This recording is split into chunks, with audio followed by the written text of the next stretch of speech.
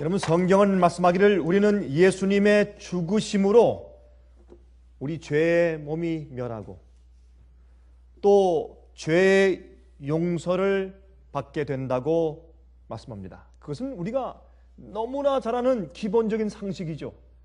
예수 믿는 사람들은 다 아는 얘기입니다. 그런데 그 후반부에 있는 말씀들에 있어서 많은 사람들이 이해하지 못하거나 혼돈하거나 아니면 아직까지 그 개념을 가지고 있지 않은 사람들이 많이 있는 것입니다.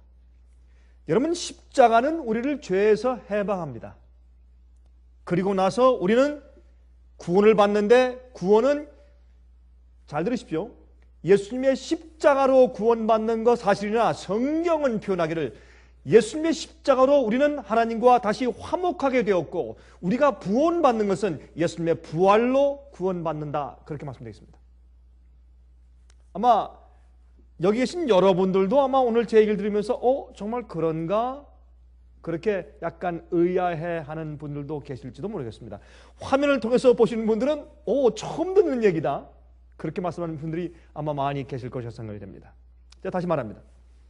십자가의 은혜와 보혈로 우리는 우리의 죄의 용서를 받고 감히 십자가의 은혜를 통해서 하나님 아버지 앞에 우리가 나갈 수 있는 길이 열렸고, 또 우리가 하나님 아버지와 죄인이 화목하게 되었습니다. 그러나 우리가 구원받고 사는 것은 예수님의 부활로 구원받고 우리가 사는 것이라고 그렇게 성경이 말씀하고 있다고 말입니다. 예수님의 다시 사심으로 인하여 우리가 하나님의 생명을 받습니다. 여러분, 우리가 죽어 계신 예수님을 믿습니까? 아니죠. 그렇죠? 그렇게 생각하면 우리가 이해하기가 쉽죠. 우린 살아계신 예수님을 믿는 것입니다. 많은 사람들은 예수님께서 지금 어디에서 무슨 일을 하시는지 예수님의 현 주소에 대해서 불확실한 그리스도인들이 꽤 많이 있는 것 같습니다. 예수님이 도대체 부활 승천하셔서 하늘에 올라가서 무엇을 하고 계신지, 예수님의 현 주소가 어디인지를 잘 모르는 사람들이 꽤 많이 있는 것 같습니다. 그러므로 우리는 살아계신 예수님을 믿고 섬기고, 또 우리가 구원받는 것은 2000년 전에 죽으신 다음에 계속 무덤에 죽어 계신 예수님이 아니라 부활하시고 살아서 승천해서 지금도 살아계신 영원한 하나님을 통해서 구원받는 것이죠. 그리고 우리가 예수님의 부활은 무엇입니까? 예수님이 우리의 죄를 위해서 대신 우리 죄를 지시고 대속의 죽음을 죽으신 이후에 다시 사신 것은 죽음이 예수님을 그냥 무덤 속에 붙들고 있을 수 없었단 말입니다. 왜? 예수님 속에 무엇이 있었습니까? 생명이 있었습니다. 예수님 속에 하나님의 생명이 있었습니다. 그래서 그 생명은 죽음이나 마귀가 절대로 붙들고 있을 수 없어요. 그 생명이 천사가 내려와서 예수님께 어떻게 했겠습니까? 주님, 이제 나오십시오. 때가 되었습니다. 모든 예언을 이루시고 죄인들의 죄를 위해서 대속 제물의 피를 흘리시고 이제는 3일 만에 부활하실 예언을 성취시켜야 합니다. 하늘에 계신 아버지께서 부르십니다. 주님이 이제 나오실 때가 되었습니다. 예수님 속에 있는 생명이 그분을 다시 일으켜서 영광의 몸을 가지고 나오시게 했지 않습니까?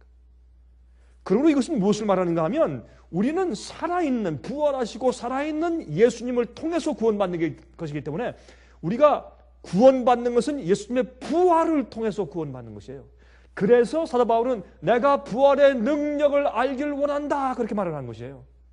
이 사도 바울이 특별히 고린도전서 15장에 부활에 대해서 그렇게 간증을 많이 하고, 만약 우리에게 부활이 없으면 우리처럼 세상에서 불쌍한 사람이 없다라고 말한 이유는 부활이 우리에게 생명을 주고 부활이 우리를 구원하고 부활이 매일매일 우리의 믿음과 우리의 영생과 우리의 구원을 유지시키기 때문에 그러합니다. 이거는 꼭 무슨 개념 같죠? 무슨 책을 쓸 때 어떤 개념이나 표현 같죠? 아니에요. 실제 그렇습니다. 실제 우리는 부활로 구원받아요. 예수님께서 부활하신 그 생명이, 내가 예수를 믿을 때 그 생명이 내 속에 들어오는 것이에요. 그래서 우리가 구원받는 것입니다. 이 사실을 우리가 조금 더 단순하게 이해하면 이게 믿음으로 말미암아서 의롭게 되는 과정을 좀 더 쉽게 이해할 수 있게 된다, 그 말입니다. 그래서 다시 말해서 예수님은 우리는 예수님의 십자가의 은혜로 용서받고 구원에 들어가고 하나님과 화목되고 맞습니다. 그러나 더 나아가서 예수님의 부활로 우리가 구원을 받는다고 믿어야 할 것입니다. 자, 로마서 5장 10절을 읽습니다. 로마서 5장 10절입니다. 곧 우리가 원수 되었을 때에 그 아들의 죽으심으로 말미암아 하나님으로 더불어 화목되었은즉, 제 말이 맞죠? 예수님의 돌아가심과 십자가를 통해서 우리가 하나님과 화목되었은즉, 그 다음 어떻게 됐어요? 화목된 자로서는 더욱 그의 무엇을 통해서? 살으심을 인하여, 이게 뭐예요? 부활을 인하여 구원을 얻을 것이라. 제 말이 맞지 않습니까? 많은 사람들이 십자가만 생각을 해요. 그러나 부활도 못지않게 어떤 의미에서 더 중요할 수도 있습니다. 자, 로마서 6장 5절부터 13절까지 제가 읽습니다. 로마서 6장 5절부터 13절까지입니다. 만일 우리가 그의 죽으심을 본받아 연합한 자가 되었으면 또한 그의 부활을 본받아 연합한 자가 되리라. 우리는 예수님의 십자가만 믿고 십자가의 용서만 주장하고 하나님께서 우리를 불쌍히 여기시고 하나님과 이제 관계가 회복되고 화목하게 되었다라는 것만 강조하지 말고 더 나아가서 예수님의 부활을 본받아 예수님의 십자가도 연합되고 예수님의 부활도 연합되고, 뭐예요? 예수님과 함께 우리가 죽어야 합니다. 내가 내 죄에 대해서, 나에 대해서, 세상에 대해서, 마귀의 유혹에 대해서 우리가 죽어야 합니다. 그래서 십자가에 못 박혀 죽고 나를 쳐서 복종시키는 경험을 하고 회개하고 옛적 나를 십자가에 못 박고 굿바이 한 다음에 예수님의 부활과도 연합이 되어야 된단 말입니다. 그러면 계속 말씀하기를 우리가 알거니와 우리 옛사람이 예수와 함께 십자가에 못 박힌 것은, 여러분, 이것은 앞에 하신 말씀을 그 뒤에 있는 문장이 받아서 또다시 설명해 주는 것이에요. 여러분, 이것은 우리가 성경에 기록된 그 방법을 알듯이 히브리 사람들, 유대인들은 문학적인 이 개념이 있어요. 문학적인 이 표현과 기술 방식이 있습니다. 그것을 대구법이라고 그래요. 카이에즘. 대구법 카이에즘은 똑같은 말씀을 조금 더 깊게, 조금 더 자세하게 또 다른 말로 계속해서 반복해 나가는 것을 대구법이라고 그래요. 그래서 이 히브리 사람들과 유대인들은 성경 말씀을 기록할 때 그들의 문학적인 방식으로 기록했기 때문에 이런 대구법이 많아요. 그래서 성경을 읽어보면 앞에 있는 말씀을 뒤에 또 반복하는데 조금 다른 말로 반복을 해요. 이해를 많이 들고. 그래서 우리가 그 방식을 알면 성경을 읽는데 많이 도움이 되는 것입니다. 그래서 아까 보세요. 예수님의 죽으심을 본받아 연합한 자가 되면 예수님의 부활을 본받아 연합한 자가 되라. 이렇게 말씀한 다음에 그 뒤에 설명해요. 그 다음 문장에 우리가 알거니와 우리 옛사람이 예수와 함께 십자가에 못 박힌 것은 조금 더 풀어서 설명하죠. 우리의 옛사람이 죄의 종되었던 내 옛사람이 십자가에 못 박혀 죽은 것은 죄의 몸이 멸하여 다시는 우리가 죄에게 종노릇하지 아니하려 함이니, 그게 부활과 함께 연합한 자가 되는 것입니다. 다시 말해서 예수님이 우리 죄를 대신 지고 죄의 대가와 죄의 형벌을 대신 치기 위해서 죄 때문에 죽었어요. 그래서 고린도후서 5장 21절에 말씀하기를 예수님께서 우리가 의가 되기 위해서 예수님께서 죄가 되셔야 되셨다. 우리의 죄가 예수님께 얹혀서 우리의 죄 자체가 되신 예수 그리스도. 그런데 예수님께서 부활했어요. 그러므로 죽음이 예수님을 어떻게 해요? 붙들고 있을 수가 없었습니다. 그러면 우리가 예수님의 십자가와 함께 옛몸이 십자가에 못 박혀 죽어버리면 그 옛몸에 우리의 옛생애에 죄에 노예된 그 죄의 습관과 죄의 파워가 더 이상 우리를 어떻게 해요? 계속 붙잡고 있을 수 없이 새로운 생명으로 살기 때문에 어떻게 말했습니까? 죄의 몸이 멸하여 다시는 우리가 죄에게 종노릇하지 아니하려 함이니, 그렇게 말한 것이 예수님의 부활과 우리가 연합하는 자가 된다, 그 말입니다. 자, 그 이유는 죽은 자가 죄에서 벗어나 의롭다 하심을 얻었음이니라. 만일 우리가 그리스도와 함께 죽었으면 또한 그와 함께 살 줄을 믿노니. 여러분이 이제 로마서 6장을 보면 지금 사도 바울이 뭘 말합니까? 십자가, 부활, 십자가, 부활, 십자가, 부활을 반복해서 설명해 주는 것이에요. 그렇죠? 자, 그러므로 그리스도와 함께 죽었으면 또한 그와 함께 살 줄을 믿노니 이는 그리스도께서 죽은 자 가운데서 사셨으며 다시 죽지 아니하시고 사망이 다시 그를 주장하지 못할 줄을 알미로다. 우리가 예수님의 부활을 믿으면 뭘 믿는 거예요? 사망이, 마귀의 권세가, 죄의 힘이 예수님을 더 이상 붙들어 맬 수가 없다는 것을 믿는 것이에요. 그렇다면 우리가 예수님과 함께 십자가에 못 박으면 죄가 죽어버리는 것이에요. 죄의 형벌이 갚아지는 것이에요. 예수님 십자가 안에서. 그러면 예수님의 부활과 우리 연합해서 예수님과 함께 다시 부활하면 이제는 죄의 힘이, 마귀의 힘이 우리를 억어하거나 더 이상 노예로 붙잡을 수 없는 생명 안에서 사는 것이라 그 말입니다. 아니 왜 가만들 계세요? 참 이상하네 여러분들은. 어떻게 보면 예? 이런 얘기에서 가만히 있으면 어떻게 되는 거예요 도대체 여러분? 예? 죽었어요 영적으로? 이게 그리스도인 생애요. 이게 사실은 이게 우리가 이런 그 감각이 이런 개념과 이런 깨달음과 이것이 우리 마음 가운데 늘 감격을 주고 감사해야 돼요. 그게 안 생기잖아요. 우리 생애 가운데 문제가 있는 거예요. 그거는 문제가. 그게 감격한 마음이 없어지잖아요. 여러분 영적으로 죽은 상태예요. 그게 다른 게 죽은 상태가 아니에요. 어떻게 예수님과의 관계에서 그런 것이 많건데 감격이 안 생기는가? 아이 목사님 저는 성격이 원래 조용해가지고요. 내 성격이 조용해서 전 표현도 못하고요. 속으로만 그저 이렇게 합니다. 여러분 진짜 감격하면요 그런 것도 없어요. 내성적이고 외성적이고 뭐 성격이 조용하고 난 말 안 하는 사람이고 그거 없어요. 저는요 아주 내성적이고 조용한 그런 사람들도 예수님의 은혜에 감격해서 울고 간증하고 용감해지는 사람을 제가 너무 많이 봤으니까.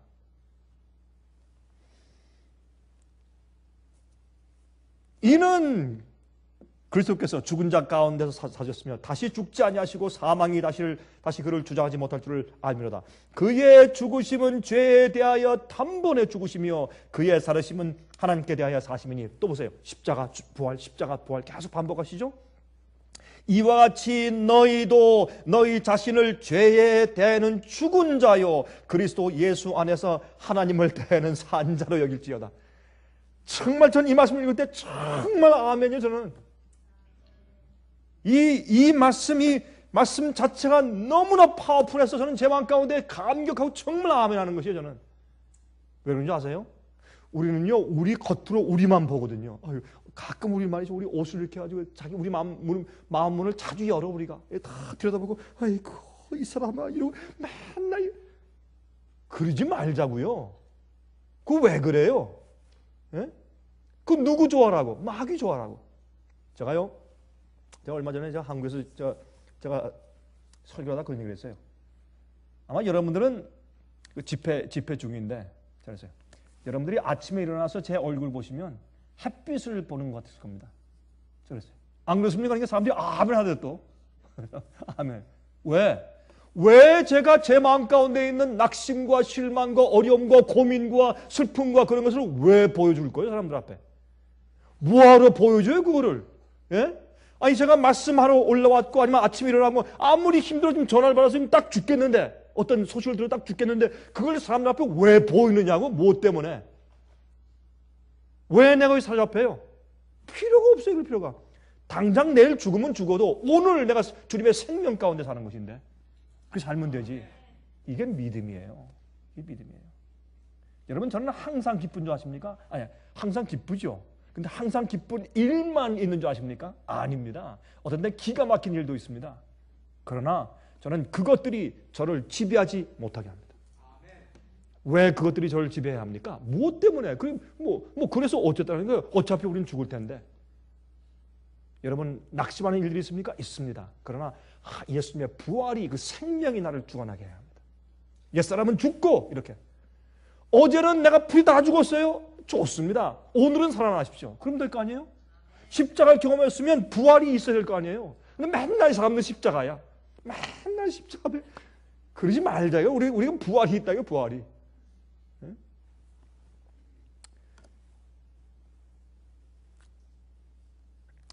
그러므로 너희는 죄로 너희 죽을 몸에 왕노릇하지 못하게 하여 몸의 사육을 순종치 말고 또한 너희 지체를 불의의 병기로 죄에게 드리지 말고 오직 너희 자신을 죽은 자 가운데서 다시 산 자같이 하나님께 드리며. 그러니까 우리가 이게 무슨 말이에요? 예수님의 십자가에서 내가 죽었어요. 예수님은 우리의 죄가 없으신 거룩한 분이 우리 죄를 대신 지시고 죄의 책임을 지고 돌아가셨어요. 근데 우리는 어떻게 해요? 죄가 내 책임 아니요, 내 잘못 아니요, 다 내가 죽어야 되는, 내가 받아야 되는 거 아니요. 그래서 내가 내 죄에 대해서, 나에 대해서 내가 죽어야 돼. 예수님은 우리를 위해 돌아가셨지만 우리는 대속의 죽음이 아니에요. 우리가 마땅히 죽어야 돼요. 그러니까 예수님과 함께 죽었으면 그러면 어떻게 해요? 이제는 너희 자신을 죽은 자 가운데서 다시 산 자처럼 우리도 부활한 자처럼 어떻게 하나님께 드리라. 그러면 이제 우리 생애는 더 이상 우리 것이 아니고 예수님의 것이다. 그렇게 하면 되는 거예요. 너희 지체를 의의 병기로 하나님께 드리라. 그럼 제가 이 말씀을 이제 계속해서 계속하기 전에 하나만 밑바닥에 있는 문제를 하나 짚고 지나가십시다. 왜냐하면 많은 사람들이 여기에 많이 걸려 넘어져요. 시작할 때부터 넘어지니 여러분 지금 100m 뛰기를 하는데 막 달려가는데 한 3m 가다 팍 꼬꾸라지니까 이게 꼬리를 할 수가 있어야죠.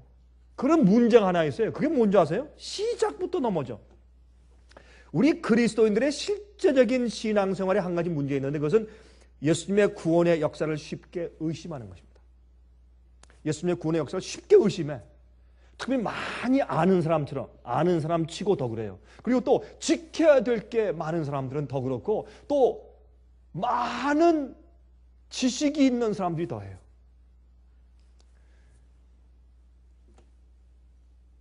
여러분, 이거는 실제적인 신앙생활의 한 가지 문제인데 성경의 약속이 어떤 때 볼 땐 너무 크고 황송하거든요. 어떻게 저렇게 크고 놀라운 자비와 그저 난 아무것도 안 했는데 구원하시고 용서하시고 이끄시는 주님의 그 큰 은혜를 내가 어떻게 받을 수 있느냐. 이게 내 염치가 있지.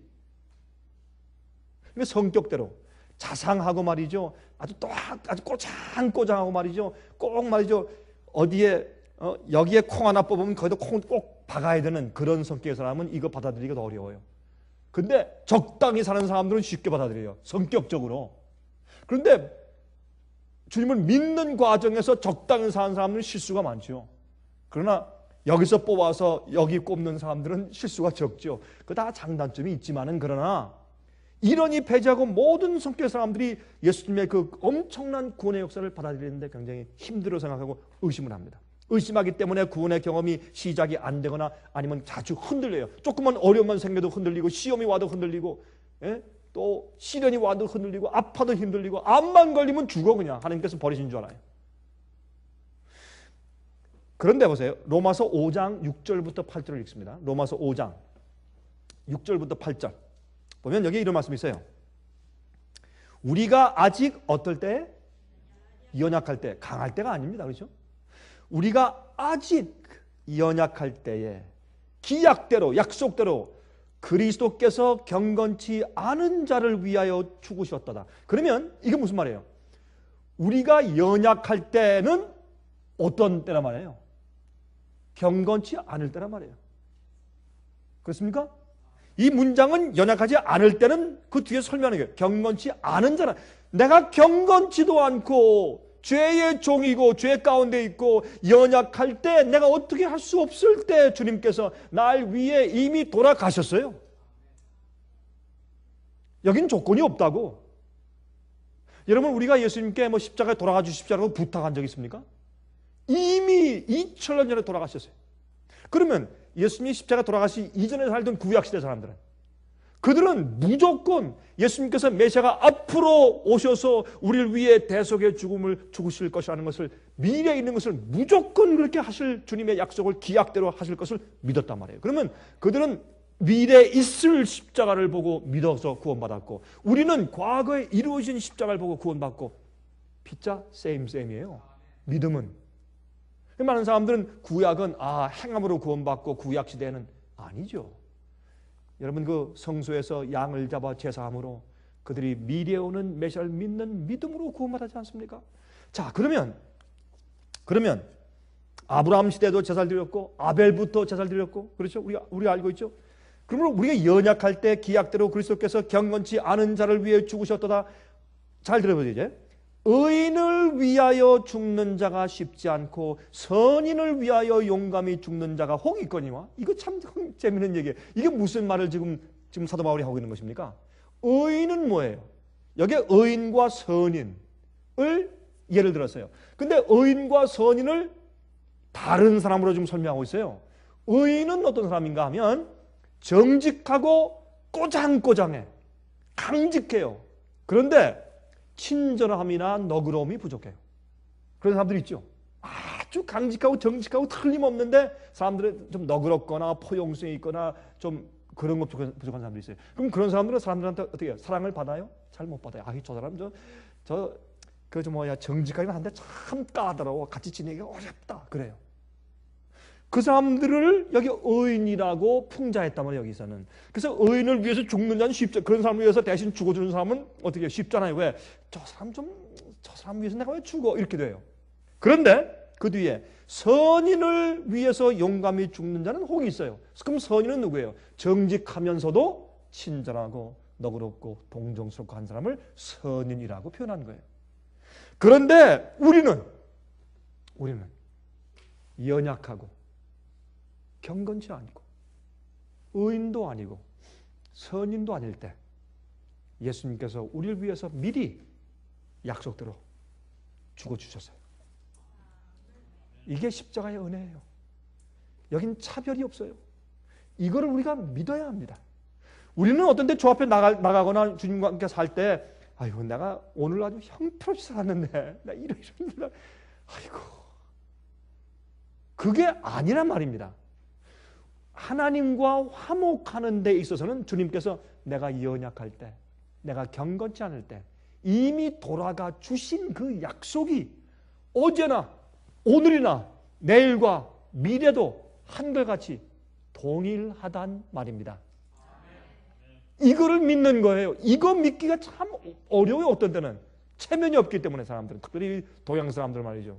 체면이 많아가지고 아이고 내가 잘못했으니까 주님 조금만 기다리세요. 내가 이것도 정리하고요, 저것도 정리하고, 이것도 하고 다 남들한테 좀 화해도 하고요. 그다음에 내가 이것도 말도 이제 실수했으니까 이것도 좀 잘 한 다음에 좀 정리하고 좀 목욕도 잘하고 한 다음에 그때 나갈게요. 지금은 내가 기도할 마음도 없고 내가 체면도 없으니까 조금만 기다리세요. 내가 한 달만 기다리십시오. 한 달 기다리다가 더 악해지지. 우리 경험 다 알죠. 한 달 기다리잖아요. 좀 더 깨끗하게 하고 나가려면 한 달 동안 더 악해져요. 우리가 알아요.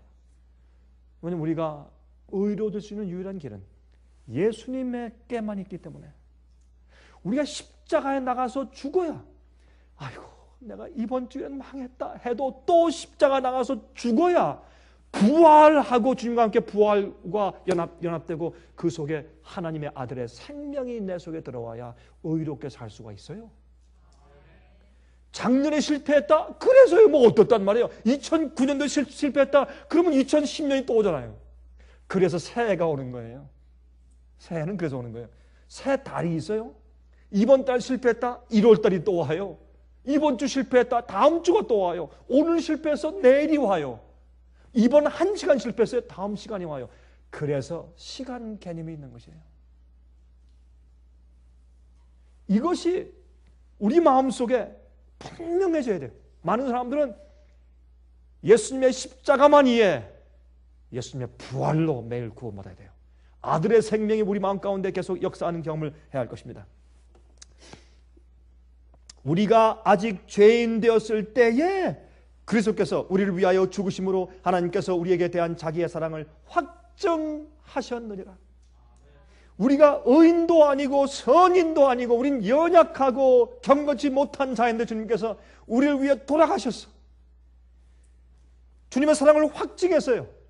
우리가요, 하나님, 난 주 앞에 난 못 갑니다. 너무 창피하고 너무 부끄럽고 난 안 갈랍니다.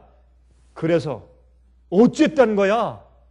내가 그럴 때 내가 날 찾기도 전에 내가 이미 십자가에서 널 위해 죽었어. 더 이상 할 말 있나? 이게 우리를 향한 예수님의 매일의 태도입니다. 저는 이 복음을 인해서 감사합니다. 주님의 은혜를 인해서 감사합니다. 그러나 이것을 분명히 경험해서 십자가와 예수님과 연합된 자는 어디와 연합한다? 예수님의 부활하심과 연합한단 말이에요. 예수님의 부활하심과 연합해서 예수의 생명이, 아들의 생명이 내 속에 살아 움직여서 옛 죄의 몸이 멸하고 더 이상 죄의 종이 돼서 살지 않는 의로운 상태가 안 되면 그 사람은 예수님의 십자가를 모르는 사람이고 실제로 예수님의 십자가와 함께 죽은 사람이 아니라고 말이에요. 그것을 사도 바울이 말하고 있는 것입니다. 그리고 우리가 예수님의 십자가와 함께 연합해서 죽었으면, 옛 몸이 멸했으면 우리는 다시는 죄의 습관과 죄의 파워에 있으면 안 돼요. 계속적인 죄의 습관과 파워에 매여 산다면 그 사람은 십자가를 모르는 사람이고 십자가에 주님과 함께 못 박혀서 같이 주님과 함께 연합한 사람이 아닙니다. 그것을 이 로마서는 분명히 하려고 지금 사도 바울이 말하고 있는 것입니다. 그런데 왜 많은 사람들이 십자가만 얘기하느냐고. 십자가 이후엔 반드시 부활이 있고 부활의 경험을 못하는 사람은 십자가를 모르는 사람인데, 내가 죽어야 부활이 있지 않습니까? 죽은 다음에 반드시 부활이 있는 것처럼. 그러므로 이 연약할 때 우리 이 말씀을요, 과거로 가지고 와서 과거에 있는 말씀을 가지고 우리가 조금 한번 좀 이해해 보려고 해보십시다. 자, 연약할 때에 기약대로 예수님께서 경건치 않은 자를 위해서 죽으셨고, 예, 좋습니다. 그렇죠? 의인도 아니고 선인도 아니고 우리 같은 자를 위해서 이미 약속대로 죽으셨다. 좋습니다. 그런데 아벨, 그러면 예수님께서 연약한 자를 위해 죽으시고 경건치 않은 자를 위해 죽으셨을 때 이 세상에 아담부터 예수께서 오실 때 태어날 마지막 사람까지 다 포함하는 것이죠.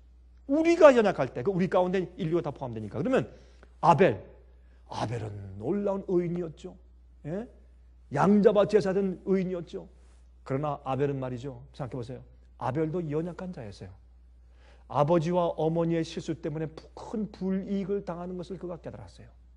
형의 미움을 받았어요. 아주 번거롭게 양을 죽여서 피를 흘리면서 제사를 드려야 돼요. 그도 그 상태에서 연약해진 경험들이 있었을 것입니다. 그러나 그 연약한 상태는 아벨 위에서도 하나님 예수님께서 십자가에 돌아가실 것을 약속했기 때문에 그가 믿는 마음으로 양을 잡아서 제사하면서 하나님께 예배했습니다. 그러므로 아벨은 연약할 때 주님과 연합하여서 의인되었습니다. 에녹 시대 세상에 얼마나 악했어요. 굉장히 악했어요. 그때는 노아 홍수가 올 때였기 때문에 정말 악했어요. 그 악한 시대에 에녹은 거기에 빠지지 않고 그 연약한 상태, 시험과 유혹을 받아도 그는 예수님과 함께 동행하기로 결정했어요. 그는 자기가 이렇게 연약하지만 메시아가 앞으로 자기를 위해서 대신 돌아갈 것을 믿는 마음으로 그는 의인 되었습니다. 아브라함 연약했습니다. 그렇죠? 메시아가 자기 아들을 통해서 태어날 것이라고 약속을 받았는데 다 늙었는데 아들이 안 나와. 어떻게 하겠어요? 얼마나 마음이 약해지고 의심했겠어요. 그러나 성경은 말하기를 아브라함은 그것 때문에 믿음이 약해지지 아니하고 하나님의 약속의 말씀을 믿었다. 그가 연약할 때 믿고 이삭을 낳았어요. 이삭을 낳아서 20살 되었는데 이삭을 데려가서 모래산에서 죽여라. 그게 성화예요. 그게 믿음이에요. 예? 그때 그러면 약속된 이 아이가 죽으면 어떻게 민족이 나오겠으며 어떻게 약속된 메시아가 그 자손 가운데 태어나겠냐 말이에요. 엄청난 일이에요. 그러나 믿음으로 그가 연약했을 때 그를 데리고 모래산으로 갑니다. 예수님께서 아브라함이 연약했을 때도 그가 애굽에 가서 자기 아내 보고 내 여동생입니다. 반 거짓말이죠. 사촌 여동생이었으니까 여동생입니다라고 말할 그렇게 연약해졌을 때도 하나님께서 그를 위해서 십자가에 돌아가시기로 약속했기 때문에 아브라함은 양을 잡아 제사했습니다. 우리가 오늘도 그렇고 내일도 그렇고 우리가 연약할 때, 그러므로 우리가 제가 지금 말씀드리는 것은 우리가 구원받는 것은 예수님의 부활로 구원받는 것입니다. 예수님의 십자가는 우리 죄를 용서하고 하나님과 화목시키는 것이요. 어떨 때 우리가 연약할 때, 경건치 못할 때 주님의 은혜로, 그러나 우리가 정말 십자가의 은혜를 깨닫고 주님과 화목하고 했으면 과거의 죄의 몸이 멸하여서 다시는 죄의 종이 돼 살지 않고 예수님의 부활과 연합해 사는 것인데, 그러면 아들의 생명이 내 속에서 역사하기 때문에 더 이상 죄와 사망이 나를 억어하지 못하는 것입니다. 나를 붙잡고 있지 못하는 것입니다. 예수님께서 사망이 예수님을 붙잡고 있지 못해서 부활하신 것처럼 그 부활의 능력이 나로 하여금 매일매일 구원받게 한단 말입니다. 구원은 무엇입니까? 죄에서 해방입니다. 구원은 무엇입니까? 하나님 속에 사는 것이 구원입니다. 죄 가운데 계속 살면서 그게 무슨 놈의 구원입니까? 이런 오해가 오늘날 기독교에 잔뜩 퍼져 있는 것을 우리가 알고 있는 것입니다. 그러므로 우리 이 말씀을 다시 한번 깊이 생각해 보아야 할 것입니다. 그러므로 과거에도 현재도 미래에도 계속 하나님께서는 연약한 자들 위해서 돌아가셨다. 자, 디모데전서 1장 15절, 믿보다 모든 사람이 받을 만한 이 말이여, 그리스도 예수께서 죄인을 구원하시려고 세상에 임하셨도다 하이도다. 죄인 중에 내가 괴수니라.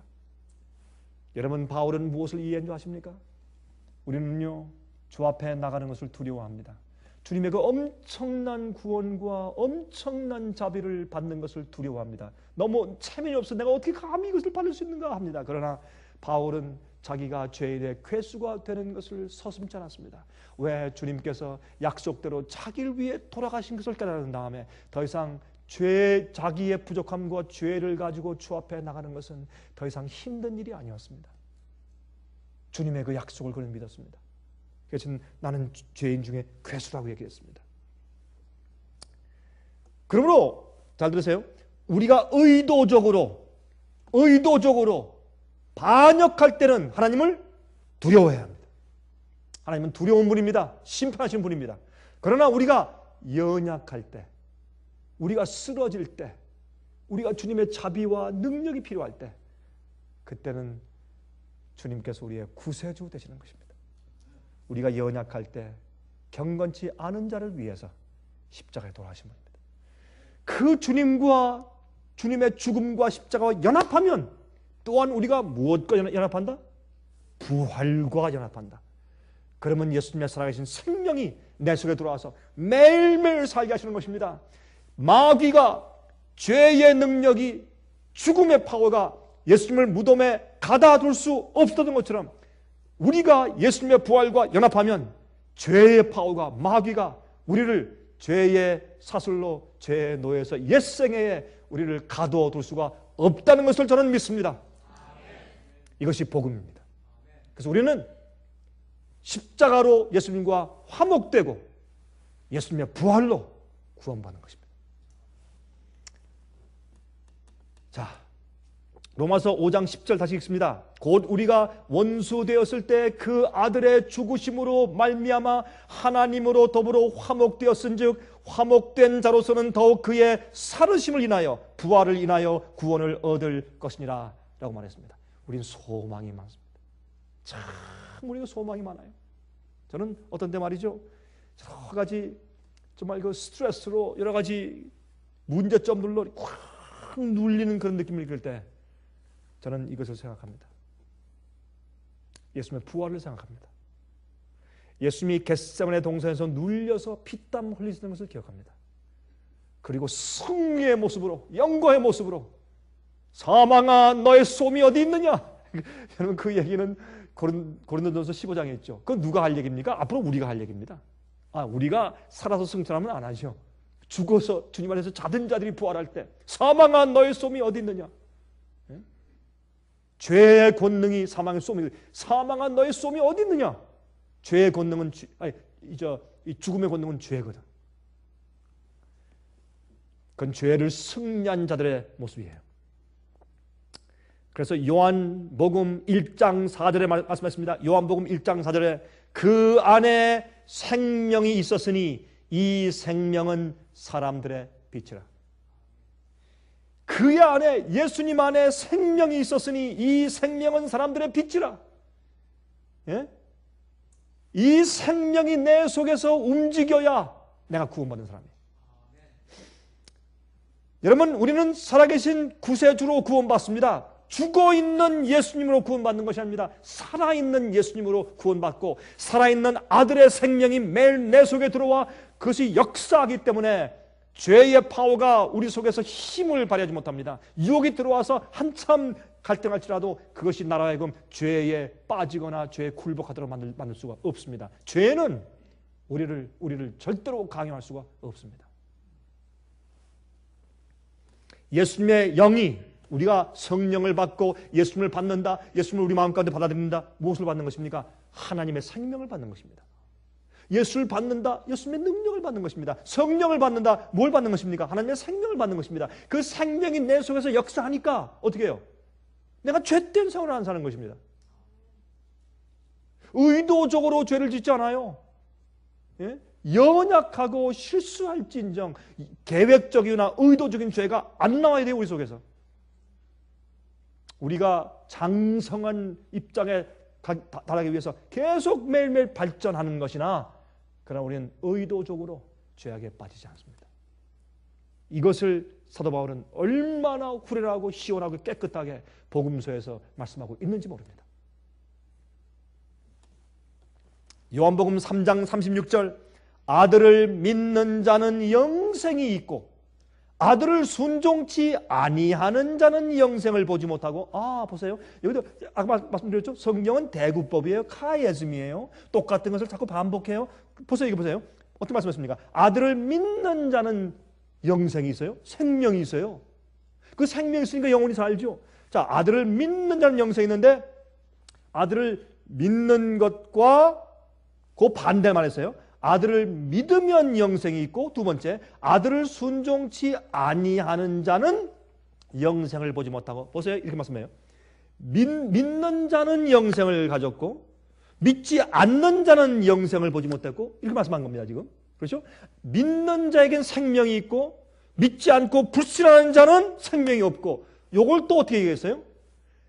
믿는 자에게 생명이 있는데 순종치 않는 자에게 생명이 없고, 뭐예요? 불신은 뭐예요? 불순종이에요. 여러분 히브리서 3장 4장 가만히 읽어보세요. 예? 뭐라고 말씀했는가? 믿지 않음으로, 불순종함으로, 그 두 가지 단어를 똑같이 사도 바울은 기록했어요. 불신, 하나님을 불신할 때 주의 명령을 지킬 수가 없어요. 하나님이 안 보는데 내가 어떻게 11조를 드려? 눈에 안 보는데 뭐 이거 내가 그냥 공중에 뿌리는 것 같아요. 그러니까 11조 드릴 수가 없어요. 주님께서 이거 하고 저거 하지 말라고 했는데 내가 꼭 이거 하고 이거 하지 말고 꼭 내가 이거 해야 돼. 남들 보니까 다 뭐 적당히 사는 것 같은데 나는 꼭 이렇게 뭐 꼭 그렇게 해야 돼. 심판도 안 보이고 주님의 재림도 안 보이고 불신이, 의욕이 마음 가운데 있으면 절대로 순종할 수가 없어요. 불신은 불순종이에요. 여러분 생애 가운데서 우상이 있거나 죄의 습관이 있거나 아직까지 버리지 않은 죄들이 있거나 불순종하는 죄의 파워에 노예가 돼서 살고 있는 사람들이 있으면 여러분들은 믿는 사람들이 아니에요. 믿는 사람이 아니에요. 화면 통해서 보시는 분들이요, 제 말을 잘 들으세요. 여러분들은 그런 생활을 산다면 여러분들 아직까지 믿는 사람이 아니에요. 그리고 우리는 구원받는 것은 예수님의 부활로 구원받는다고 성경은 말씀하고 있다고 말이에요. 자, 그러므로 아들의 생명이 있으면 아들의 말씀을 자연적으로 순종하게 돼요. 왜? 예수님의 성령과 예수님의 생명이 내 속에 있는데 어떻게 주의 말씀을 거역할 수가 있어요? 요한일서 5장 11절, 또 증거는 이것이니 하나님이 우리에게 영생을 주신 것과 이 생명이 그의 아들 안에 있는 것이니라. 그 생명이, 예? 우리의 영생을 주셨고 우리가 주님을 믿으면 그 아들의 생명이 내 속에 있어요. 이게 소망이에요. 이게 소망. 그래서 예수님을 받아들일 때 예수님의 생명이 내 속에 들어오는 것입니다. 여러분, 예수님께서요, 이 땅에 사실 때, 외로우실 때도 여전히 그리스도셨습니다. 예수님이 큰 시련 가운데 고난을 당하시고 시련 가운데 계실 때도 여전히 그분은 하나님의 아들이었습니다. 예수님이 슬픔 가운데 있었을 때도 예수님은 하나님의 아들이었습니다. 예수님이 배고프고 목마르실 때도 여전히 그분은 그리스도셨습니다. 그분이 외면당하고 그분이 핍박받고 매를 맞으실 때도 여전히 그분은 그리스도셨습니다. 예수님께서 남들에게 오해받고 비난받고 정죄받았을 때도 예수님은 여전히 그리스도 하나님의 아들이었습니다. 그렇다면 우리는 예수님이 이 몸으로 영광의 빛이 전혀 보이지 않고 초라한 인간으로 사실 때도 여전히 그분은 하나님의 아들이고 하나님의 생명이 그 속에 있었습니다. 그렇다면 우리가 예수님을 믿고 받아들일 때, 우리가 시련 받을 때도 예수님의 생명이 우리 마음 가운데 있단 말입니다. 우리가 슬픔을 받아서 어려울 때 예수님의 생명이 내 속에 여전히 있단 말입니다. 내가 병이 걸려서 죽게 되었을 때도 예수님의 생명이 내 속에 여전히 있단 말입니다. 내가 어려움 당하고 비난받고 외롭게 정말 내침을 받았을 때라도 예수님의 생명이 여전히 내 속에 있단 말입니다. 아직까지 우리에게 영광의 광채와 영광의 썩지 않는 불멸의 몸이 없을지라도 우리 속에 예수님의 생명이 있단 말입니다. 예수님은 부활하실 때 영광의 몸으로 부활해서 하늘에서의 영광의 몸으로 계십니다. 앞으로 우리에게 영광의 광채가 올 것이고 영광의 불멸의 몸이 올 것입니다. 그러나 그것이 아직 우리에게 오지 않았을지라도 우리 마음 가운데, 우리 속에는 하나님의 아들의 생명이 있고 그것이 내 속에서 역사할 수 있다 그 말입니다. 그러므로 보혈로 구원을 얻었으면 이제 그분의 부활, 그분의 생명으로 우리가 살아야 합니다. 여러분, 우리가 가끔 이 말씀을 우리가 하죠. 누가복음 8장 46절 보시면 예수님께서 말씀하기를 내게 손을 댄 자가 있도다. 이는 내게서 능력이 나간 줄 알미로다. 그 참 이상해요. 예수님은 앞뒤에서 옆에서 그냥 계속 밀고 당기고 날리고 막 먼지가 뽀얗고 사람들이 많이 둘러서 있는데 예수님께서 길을 가시는데 말이죠. 12해 동안 혈루병 앓던 여인이 아무리 의원한테 가서 아무리 약을 쓰고 약을 다려 먹어도 낫질 않습니다. 계속 피가 올라요. 피가 멎질 않습니다. 특별히 찢어져서 피가 멎지 않는 것보다 이 혈류병은 특별히 여인들에게 있는 병이죠. 여러분, 한 달에 한 번씩 하는 일들이 있지 않습니까? 여인들이. 그게요, 멈추질 않아요. 얼마나 괴로웠을까요? 햇석한 게 핏빛이 없고 얼마나 힘들고 기운이 없었겠어요. 그 여인이 죽을 힘을 다해서 기어가서 그 많은 장정들이 있는데 뚫고 들어가서 기어서 가서 예수님의 옷자락을 만졌습니다. 근데 그 옷자락은, 예수님의 그 옷자락은 옛날 유대인들이 입는 옷의 옷자락인데 그것은 다 청색 술이 있거든요. 여기 옷 소매의 밑에 청색 술로 끝을 다 달라고 말씀했어요. 민수기 보면 그 말씀이 있어요. 그 이스라엘 남자들은 다 그렇게 했어요. 그건 뭘 상징하는가? 푸른색은 순종이니까, 주님의 말씀과 계명에 대한 충성과 순종을 상징하니까. 예수님의 입은 옷 깃에 무엇이 있습니까? 파란 술이 있었어요. 그것을 만졌어요. 기어가서 그것을 만졌을 때 예수님의 능력이 나갔어요. 왜요? 예수님 속에 하나님의 아들의 생명이 있었으니까. 능력이 나가서 즉시로 어떻게 해요? 전류가 흐르듯이 그 여인이 나와버렸어요. 너무너무 감사하지만 그러나 이 여인이 부끄러워서 조용히 가려고 하니까 서신 다음에 지금 누가 내 옷을 만졌다. 아이 예수님 왜 그러세요? 이렇게 사람들이 많은데 밀고 당기고 하는데 왜 그런 얘기 말씀하십니까? 만져서도 수백 명이 벌써 만졌을 것입니다. 아니라 내게서 능력이 나가는 선대가 느꼈다. 얼마나 많은 사람들이 교회 문지방을 밟으면서 왔다 갔다 들락날락합니까? 이 세상에 믿는 자들이 수억 명 아니에요. 이 세상에 지금 왔다 갔다 해도 예수님의 생명의 타치를 받는 사람들은 적단 말이에요. 예수님의 부활과 연결된 사람. 그래서 치료의 능력, 내 죄의 파워와 내 부정적인 생각과 내 슬픔과 내 가난과, 그렇죠? 나의 절망과 내 잘못된 성격과 이런 것을 치료받는 파워의 생명이 들어오는 경험을 하는 사람들이 적단 말이에요. 한다는 사람들, 많은 사람도 감정적으로 뜨끈뜨끈하고 뭐가 불이 내려왔다 그러고 뜨끈뜨끈하고, 집에 살 때는 똑같이 세상 사람들과 똑같이 경쟁하고 똑같이 시기하고 똑같이 질투하고 똑같이 미워하고 똑같이 욕심 부리고 하다가 교회 와서는 또 뜨끈뜨끈하대. 이게 잘못된 거죠. 그 말고 항상 그 속에 아들의 생명이 역사하는 자들.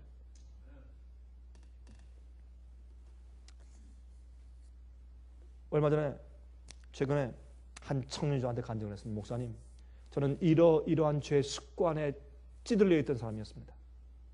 제가 말씀을 들었습니다. 말씀을 읽기 시작했습니다. 생의 빛에 들어와서 말씀을 듣기 시작했습니다. 제가 직접 말씀을 펴서 보고 연구하기 시작했습니다. 말씀의 파워가 들어오니까 하나님 아들 예수 그리스도의 생명이 들어오는데 난 깜짝 놀랐습니다. 내 속에 있는 죄의 파워가 힘을 잃어버리는 것입니다. 더 이상 나를 억압할 수 없었습니다. 놀라운 일이 생겼습니다. 목사님, 난 새로운 사람이 되었습니다. 그렇게 간절하더라고요. 젊은 사람이. 얼마 전에, 최근에. 그다음부터 부모님이 불쌍하게 보이고 친구들이 불쌍해 보이기 시작했습니다. 목사님, 그렇게 간절하더라고요. 여러분, 요한복음 20장 31절에 말씀하십니다. 요한복음 20장 31절에 오직 이것을 기록하면 너희로 예수께서 하나님의 아들 그리스도이심을 믿게 하려 함이요 또 너희로 믿고 그 이름을 힘입어 생명을 얻게 하려 함이니라. 예? 그 이름을 힘입어 생명을 얻게 하려 함이라. 예수 믿으면 아들의 생명이 내 속에 들어와야 돼요. 요한일서 3장 9절에 말씀했습니다. 하나님께로서 난 자마다 죄를 짓지 아니하나니 이는 하나님의 씨가 그의 속에 거함이요 저도 범죄치 못하는 것은 하나님께로서 났습니다. 주님의 생명이 계시니까 어떻게 해요? 죄의 파워를 이기는 것이에요. 우리가 실수하거나 넘어지면 얼마나 마음이 아파요. 가슴이 아프고 다른 사람이 되는 것이에요. 전혀. 보세요. 여기 말씀하기를 이것을 기록하면 너희로 하나님의 아들 예수를 믿게 하라 합니다. 이 책은. 그래서 예수의 생명이 우리 속에 들어오도록 아들의 생명이 여러분 생활 가운데 매일 역사하게 되기를 간절히 기도합니다. 자비하신 하늘에 계신 우리 아버지시여, 주님의 약속을 인해서 감사하며 주님의 크신 구원을 인해서 감격합니다. 주여 감사하고 찬송합니다. 우리가 연약하고 경건치 못할 때 약속대로 주님이 십자가에 가주시고 부활하신 생명으로 우리가 매일 구원받게 하심을 감사합니다. 주여 저희를 매일 불쌍히 여기시고 긍휼히 여겨주시사 그 영원한 생명을 매일매일 허락해 주시고 주님의 생명이 우리 속에서 우리를 주장하여서 그 생명이 우리를 영생에 들어갈 수 있도록 이끌게 도와주시옵소서. 살아계신 예수 그리스도의 거룩하신 이름만 의지해서 간절하게 기도합니다. 아멘. 은혜 많이 받으셨습니까? 지금까지 들으신 이 생예빛 예배 설교는 개인의 신앙 부흥이나 소규모 그룹 예배를 위하여 DVD와 CD로 제작되어 보급되고 있습니다. 생예빛 예배 설교 DVD 및 CD를 원하시는 분들은 1-877-704-1004번으로 전화하여 주시기 바랍니다. 생애의 빛은 각종 미디어, 즉 출판물, 텔레비전, DVD, CD, 그리고 웹사이트를 통하여 복음을 전하는 미디어 선교 기관입니다. 생애의 빛에서 이루어지는 선교 사업을 크게 7가지로 나누어 소개하면 다음과 같습니다. 첫째로 생애의 빛은 가정과 건강과 참된 신앙을 소개하는 월간지 살아남는 이들을 매달 발간하고 있습니다. 가정과 건강 문제뿐만 아니라 참된 신앙과 성경에 나타나 있는 중요한 진리들에 대하여 매달 깊이 있게 다루는 성경 연구 신앙지입니다. 둘째로 생애의 빛은 미국의 주요 도시에서 텔레비전 선교 방송을 하고 있습니다. 많은 분들이 생애의 빛 선교 방송을 통하여 복음을 발견하고 새로운 생애를 살아가고 있습니다.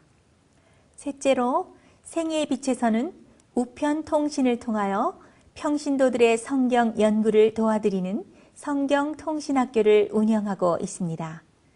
성경에 나타나 있는 중요한 문제들에 대하여 체계 있게 공부하기를 원하시는 분들은 성경 연구 단기 코스와 계시록을 통한 성경 교리 연구, 또한 다니엘서 예언 연구를 신청하시기 바랍니다.